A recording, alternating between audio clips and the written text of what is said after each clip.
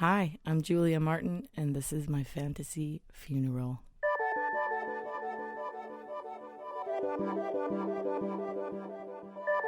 Imagine you are dead, but you get to design your own funeral.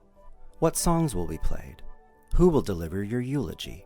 And where will your remains rest forevermore? This is the scenario presented to my guest today.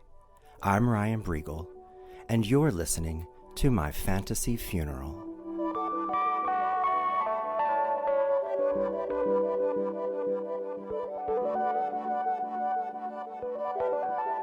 My guest today is a visual artist who specializes in painting faces of women. Her works are impressionistic, wildly colorful, and most certainly entrancing. She opened her own gallery in 2013, allowing her to exhibit work from artists she wants Nashville to see, work that often carries with it a strong social significance.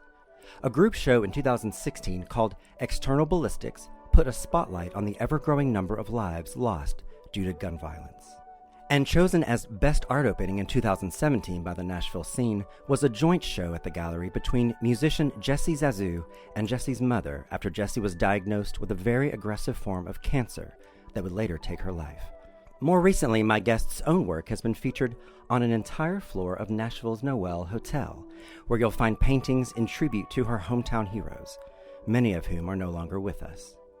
Regarding her tendency to focus on the female form, she has said, quote, I think a large percentage of my work would qualify as a love letter to every woman that's ever felt abused, frustrated, lost, and who continues to gain strength and persevere. If nothing else, making it has certainly aided me in doing so. She is Julia Martin. Hello, Julia. What a lovely intro. Hello. I'm so glad you could be here. I mentioned that the shows you've had at your gallery, the Julia Martin Gallery, that deal with themes of loss, and your works for the Noel feature a few locals who have died. How often is death on your mind when you're working on a painting? I mean, I don't think I could answer ever to that. I mean, death is not something I think about a lot. I think as we age, you start to think about your mortality. The Noel series was a heavy one, it really, and Jonathan Marks, who I realized just did an episode with you, we had a really beautiful, bonding, tearful moment the day that it was kind of released to the public, and then they had a big opening reception, and more than a few friends have referred to it as like death row, which is, a little hard to swallow, I guess. But it is nice to see those faces again and again. You can almost hear their voices when you walk through that corridor. It's one of the more meaningful projects I've ever been a part of, and I'm really thankful to Bryce McLeod for inviting me and everyone that was involved. It's such a wonderful love letter to Nashville. I'm really proud to have been a part of it. Well, today we are going to kill you off and take a look at the funeral you would plan for yourself.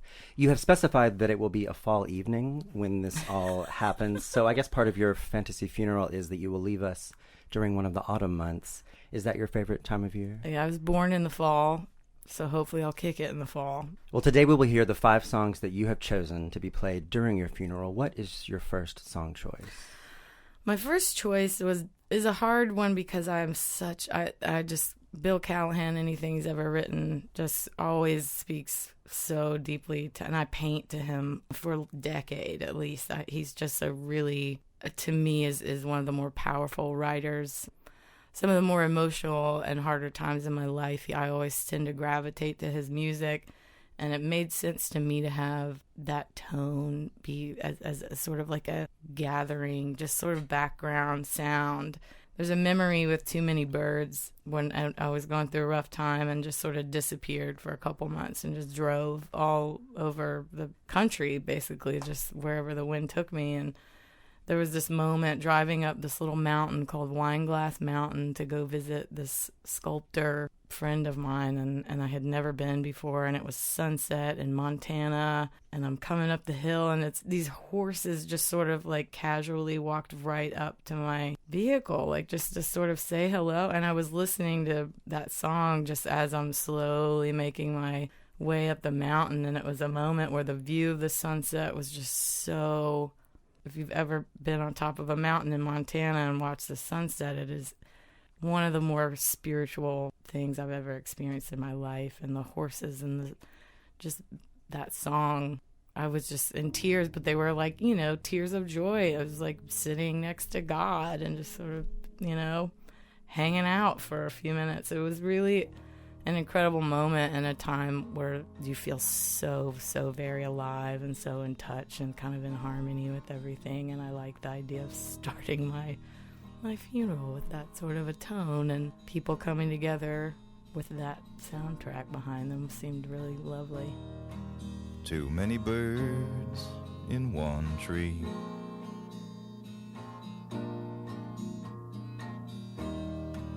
Too many birds in one tree.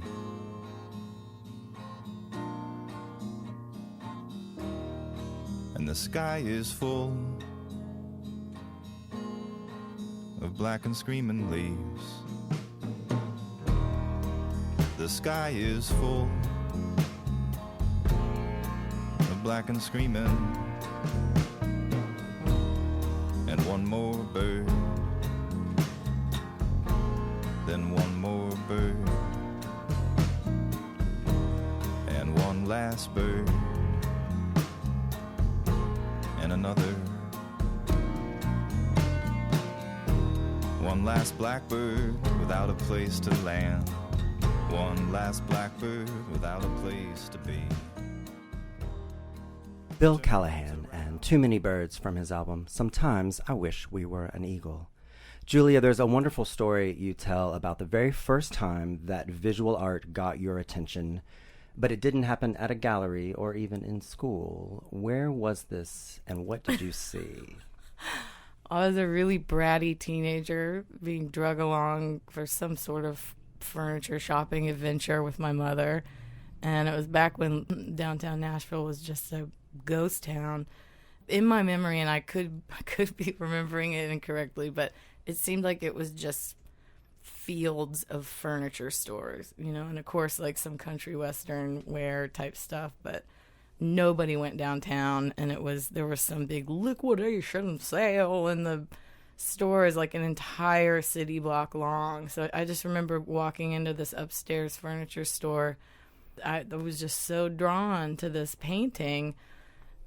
This piece, which is a replica, pretty close replica of this Matisse painting called Spanish Woman with Tambourine. And there's something about her gaze that is like a mirror. Whatever you're feeling in that moment that you happen to glance up at her, she's either rooting for you, or she's chastising you, or she's pissed at you, or she's like, she's just this mirror for emotions. And when I eventually did start painting, my goal for every piece is to kind of have that, strike that tone where it sort of becomes a friend. It's a relationship that forms with the piece, and you can come back to it and always see something new or feel something new. And you ended up taking that painting home. You did end up with it. I begged my mother. Yes, that ended up being my birthday and Christmas present that year. And how old were you? I thought I was somewhere around, 14, 15, 16, maybe. And were your parents surprised that this struck you in such a way? Had they encouraged creativity in you before that Oh, at God, all? no. It's nothing that's ever run in my family, really. My brother's a musician, my mom got cursed with 2 artists for kids. God bless her.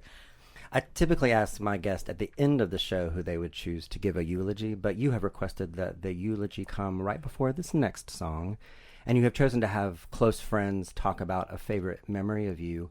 What would you hope your friends would remember most about you?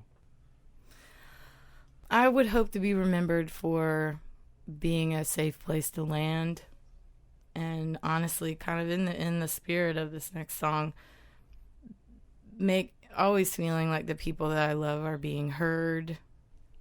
I love a good party. I want to be remembered for how much fucking fun I have had in my life and how much fun times I have shared with some of the most incredible people, inspiring people, magical, creative, wonderful humans.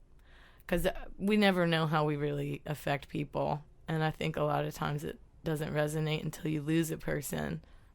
So I would really just hope that there was a big, open, welcome freedom to say whatever the fuck you want. Even if I crossed you, which I ain't for everybody. There's people out there that I'm sure are not my biggest fan.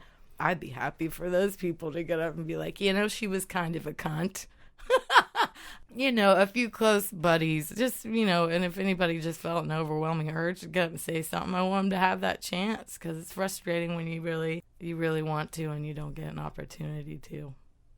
I believe your second song you dedicated to your mother. Mm-hmm. Tell me about this song. The first time I heard it, I immediately played it for her. It, to me, was a love letter. It just felt and sounded like a love letter to my mom. She's the reason I'm here. I mean, from the minute I decided, what I wanted to do with my life, she got right on board, and has just, she's always made me feel. She's always been my safe place to land, and this song would be my love letter just to everyone who's ever shown me any bit of support. And I feel very, very lucky to have been surrounded most of my life by so many wonderful friends and, a few good family members. Thank you for staying with me. Thank you for staying with me. Thank you for staying with me. Thank you for staying with me. Thanks for not hurting me.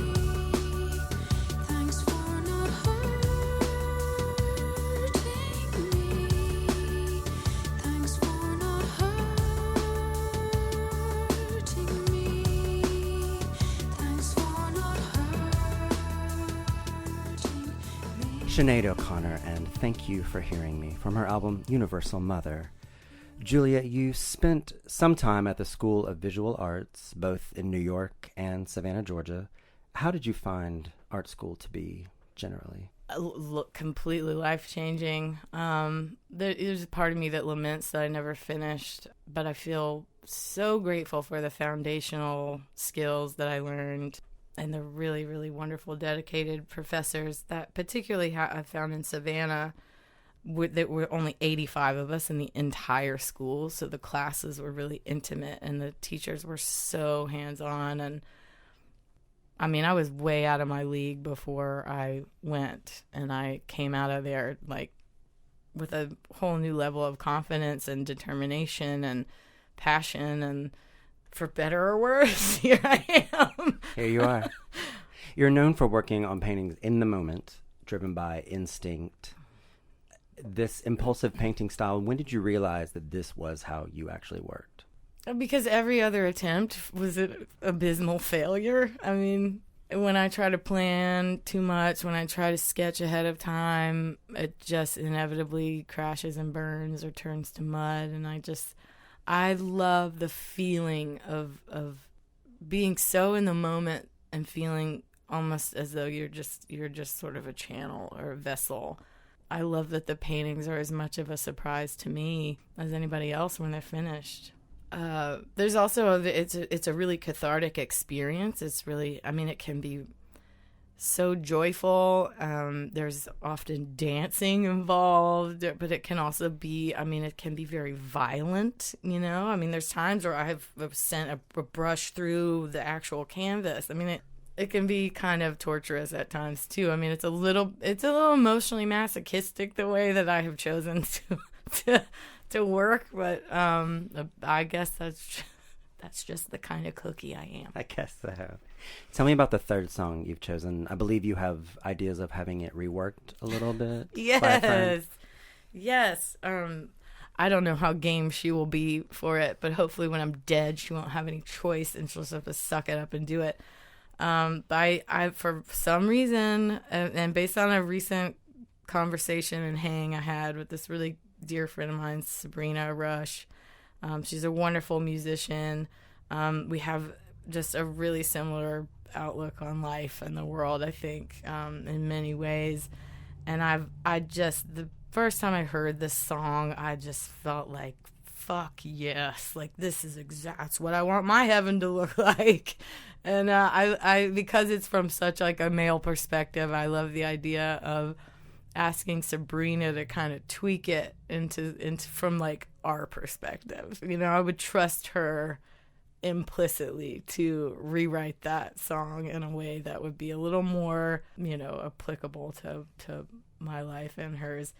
Sort of transitioning into just a good old concert out on some homemade stage by the river, with a big old open bar, maybe even an open weed bar, just have a party and celebrate life and forget about me. I'm gone. Just let's just have a good.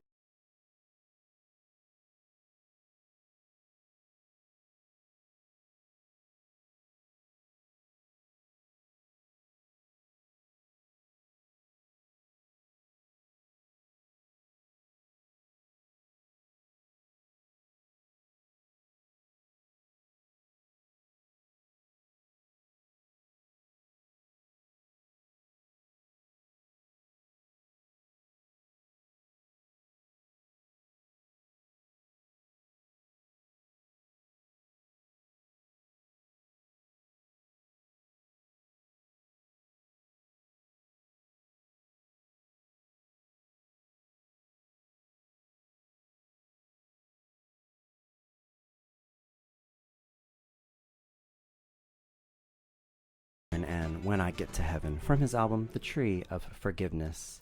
The Julia Martin Gallery opened in December 2013, but I imagine it was a dream you had had long before that. You would be incorrect in that assumption.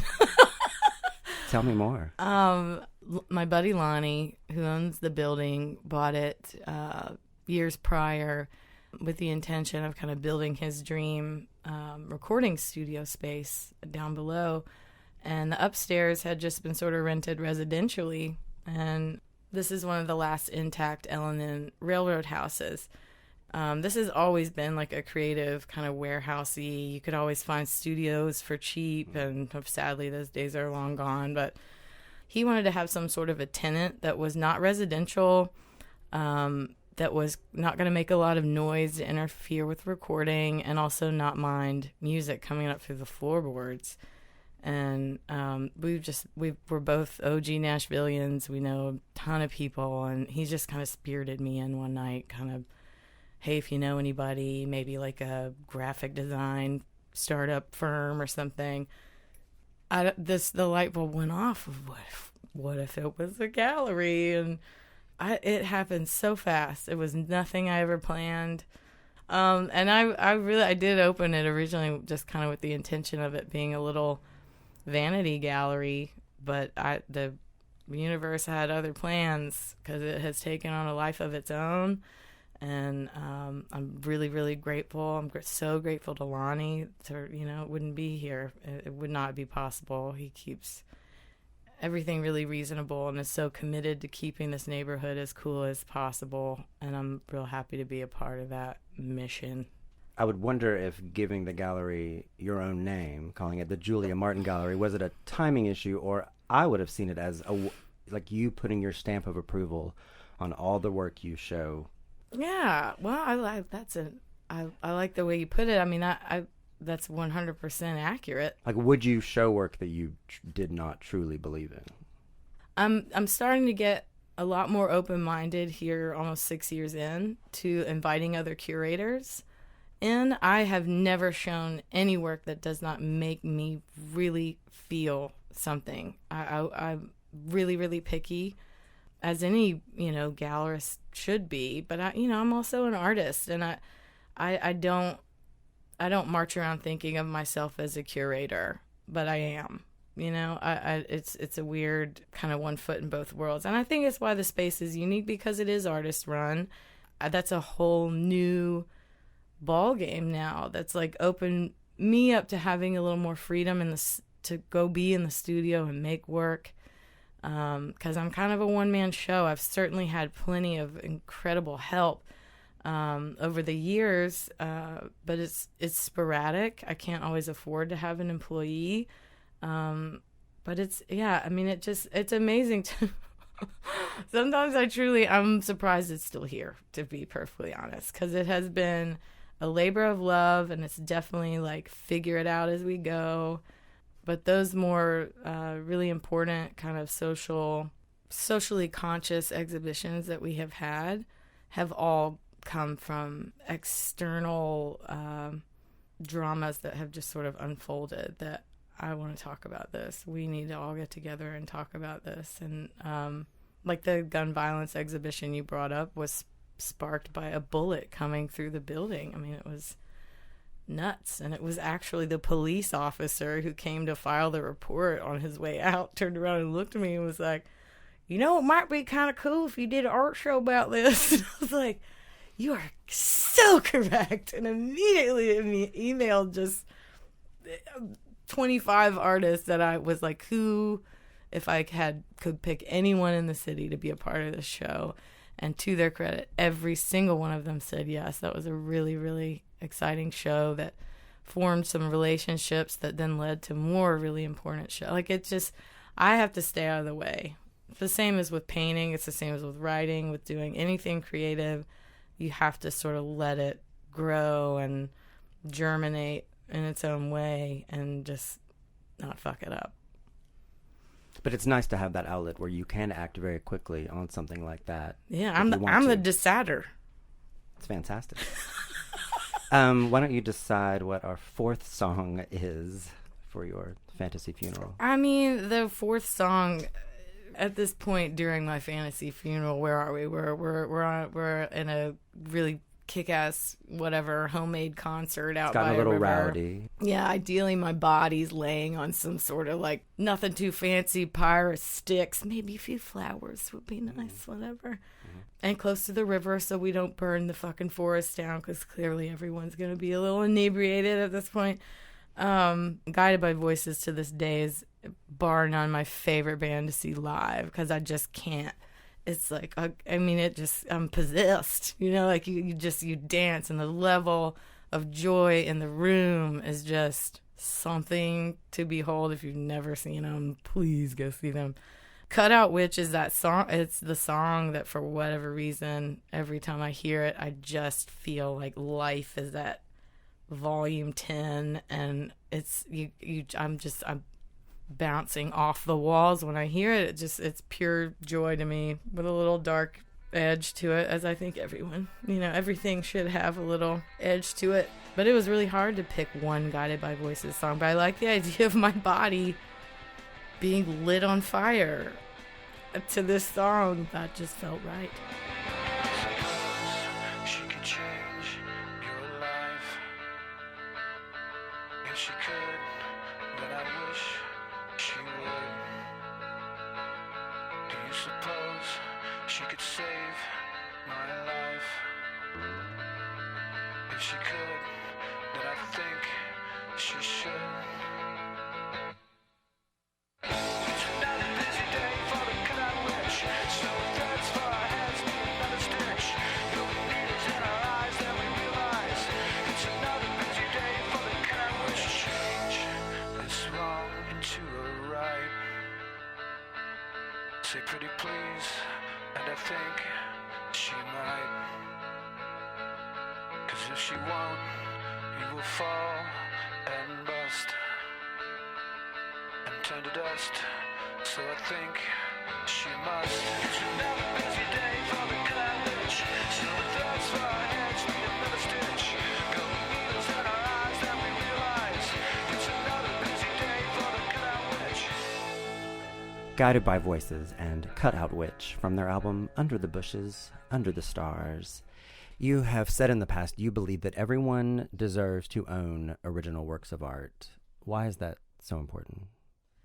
I just think it's really important to live with works of art that were made by the hand of a human being. It elevates a space, and it just elevates your day-to-day life in ways that if you take it for granted, you'll never get it.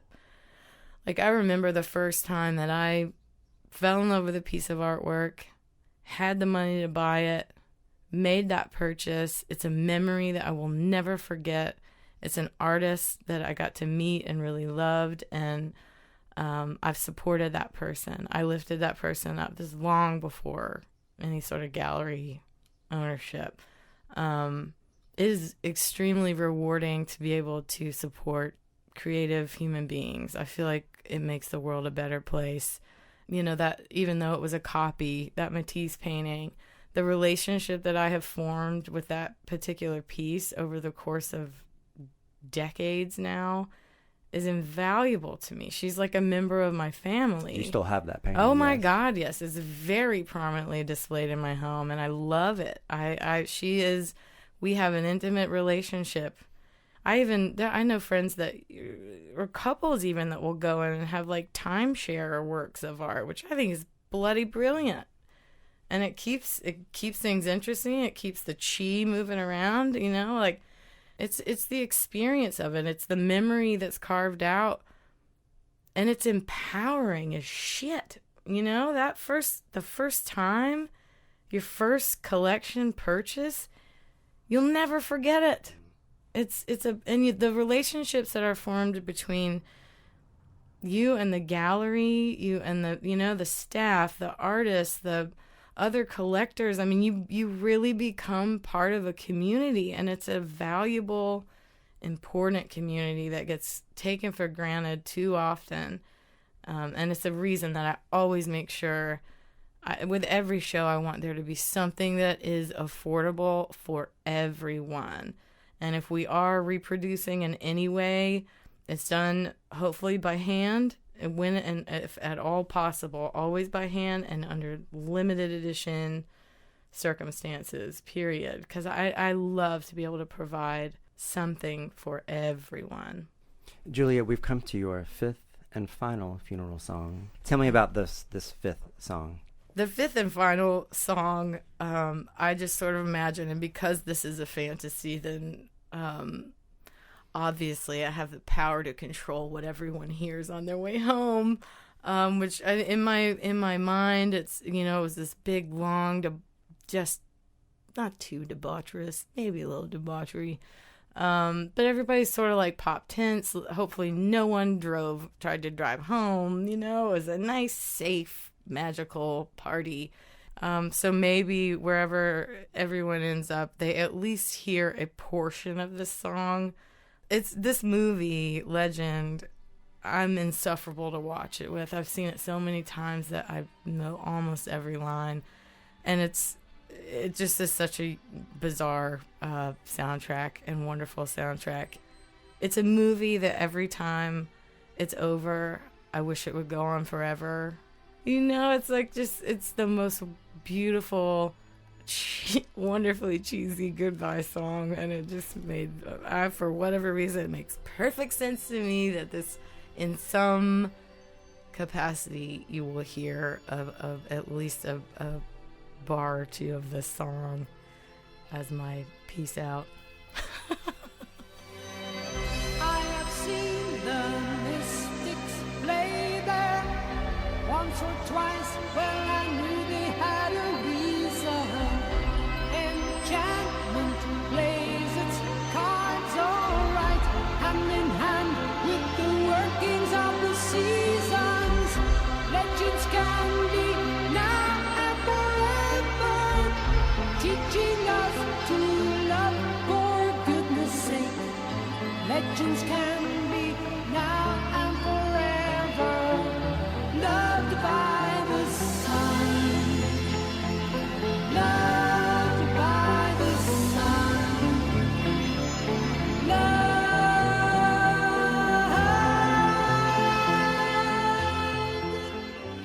Tangerine Dream and Loved by the Sun, with vocals by John Anderson of Yes, from the soundtrack for the film Legend, one of Julia Martin's favorite films, and her final fantasy song choice. Julia, have you thought about what you would like to happen to your body?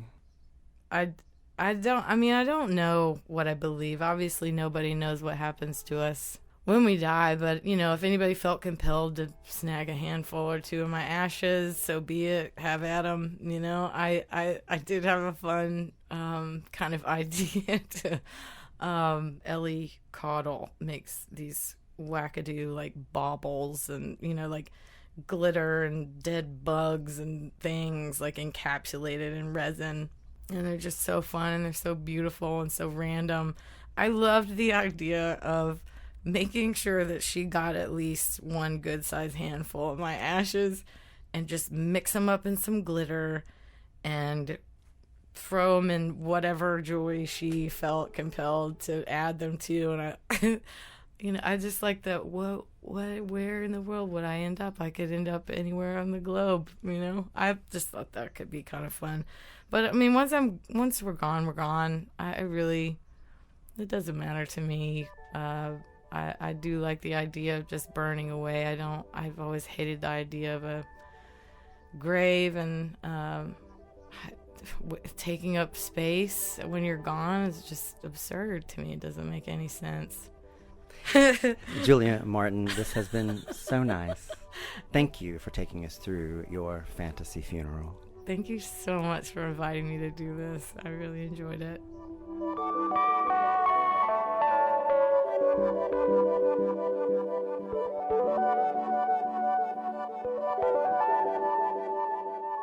My Fantasy Funeral is brought to you by We Own This Town.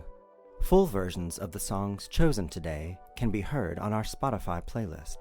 Find out more at myfantasyfuneral.show. I'm Ryan Breegle. Thank you for listening.